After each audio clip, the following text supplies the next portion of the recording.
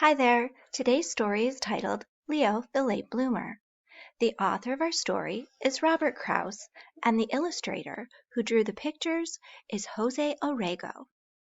Our essential question this week is, how do things change when someone is growing up? So throughout this week, as we read our stories and talk about them, think about how things have changed since you've grown up. I'd also like you to think about the title. The title of our story is Leo the Late Bloomer.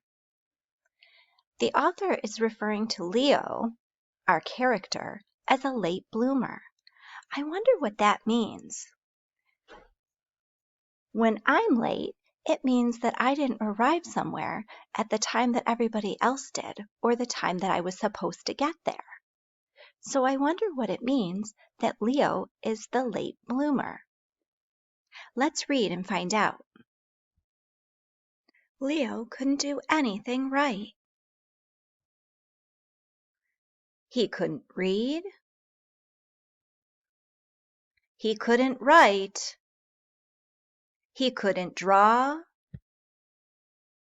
He was a sloppy eater, and he never said a word. Boys and girls, look at Leo in all of these pictures so far. Does he look happy or sad? Yes, he looks so sad. What do you think he's sad about? Yeah, he's not able to do the things that the other animals can do yet. On page 9, it says that he never said a word.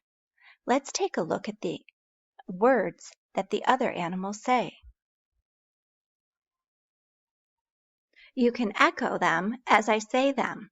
Ready, set? Hoot, thrump, hiss, crunch, pip.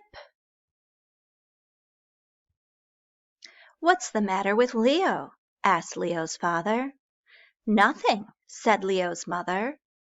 Leo is just a late bloomer. Better late than never, thought Leo's father. Every day, Leo's father watched him for signs of blooming. And every night, Leo's father watched him for signs of blooming. Are you sure Leo's a bloomer? Asked Leo's father. Patience, said Leo's mother. A watched bloomer doesn't bloom. So Leo's father watched television instead of Leo.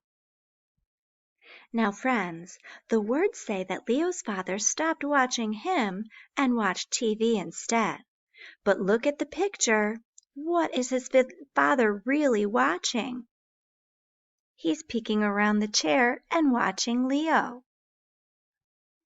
Let's take a quick look at the setting of our story. On this page, where were Leo and his father? Yes, they're outside. And now, in this part of the story, where are the tigers? Yes, they're all inside now. It's important to know the setting or where the story is taking place because different things can happen in different places. Let's continue. The snow came. Leo's father wasn't watching, but Leo still wasn't blooming. The trees budded. Leo's father wasn't watching, but Leo still wasn't blooming.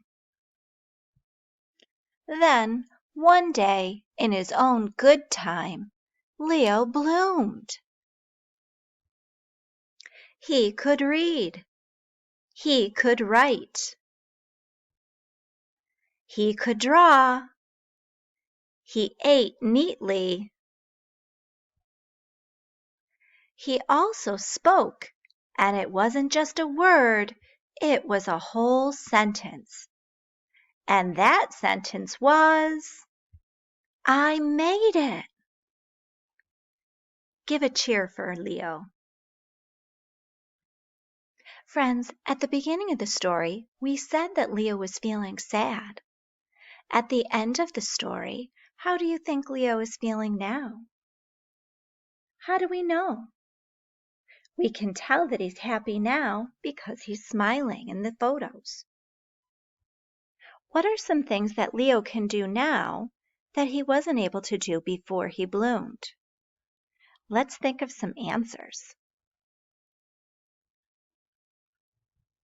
Yes, now Leo can read and write and draw and eat neatly. Friends, at the beginning of the story, Leo's problem was that he couldn't do the things that his friends could do because he was a late bloomer. How does Leo's problem get solved? Yeah, one day Leo can do the things his friends can do. Remember our essential question. How do things change when someone is growing up? Thank you for reading with me, boys and girls. I hope you enjoyed the story.